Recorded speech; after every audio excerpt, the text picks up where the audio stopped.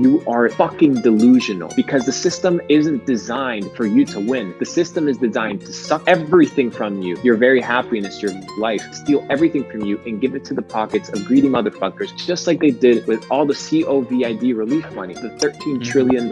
You only think about yourself, but then you look at the macro picture and you see that people are getting their asses bombed in Liberia, in Libya, and then somehow because you got the wrong drink at Starbucks, your day is fucking ruined, you bitch. Some of the wealthiest people that I know are super discreet with the poor people and are super rich with the rich people. They know how to move themselves. They know how to conduct. They understand how to connect themselves. They understand how to relate to others. That's what it comes down to, being a businessman and a businesswoman. It extends beyond that. People often confuse wealth with making money, and wealth is about abundance.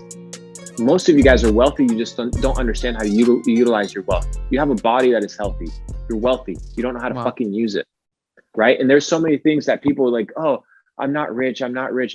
Dude, no wonder you're not fucking rich. You're not wealthy. You don't understand how to have balance. And when you have things in balance in your life and you harmoniously level up everything, dude, excuse me. I don't want to be a fat fuck with $100 million that can't roll out of bed. Like, I don't want to be that dude.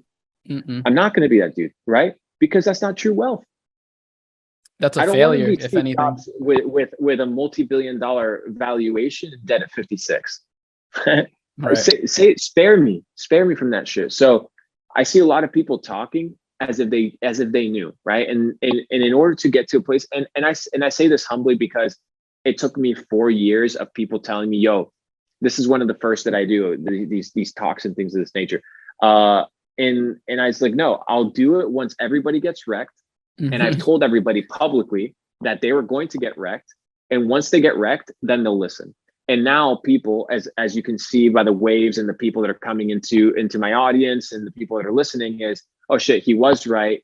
It wasn't this money catching bull run bullshit. Now it's the bear market. We need to huddle up together. We need to figure out what the fuck's going on and how we can make a bag together and make sure that we make it.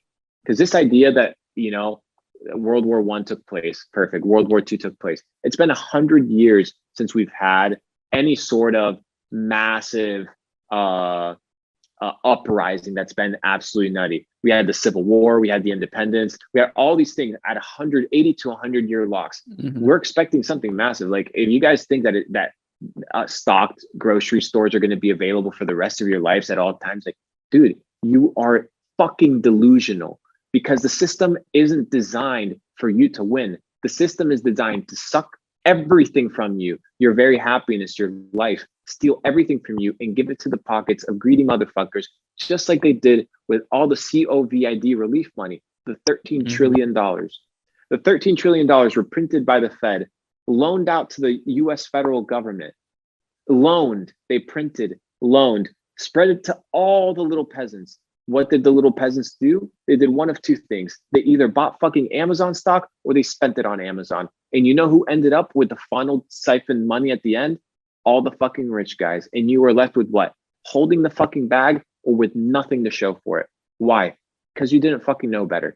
And you are responsible, right? Because the life that you have is the life that you choose, but you choose your life to be different. And that's the beauty of these next upcoming years is, I know a lot of people are going to want a different life. So we're in the process of showing people how to do it because we've done it. So that's incredible, man. That's amazing. I mean, so many things to unpack. One thing I do want to get into as well, you're mentioning all these things about abundance and how wealth is, beyond just money. And I really love that idea. I read somewhere that, for example, somebody who's made a ton of money, but in the end of their life has no one there, no one who they've impacted, no one who they've, shared a connection with. That's like a spectacular failure of a life. So I really love that idea. What are some things, for example, in your routine that help you, maybe stay reminded of those things or help you be more grateful or stay abundant in areas of your life beyond just money? Not be thinking about myself 24/7 like a pussy ass. Like, everybody's always like, I'm not feeling good today. It's always everything's about you. It's always been about you. You don't give a fuck about anybody else. You say that you do, but you don't.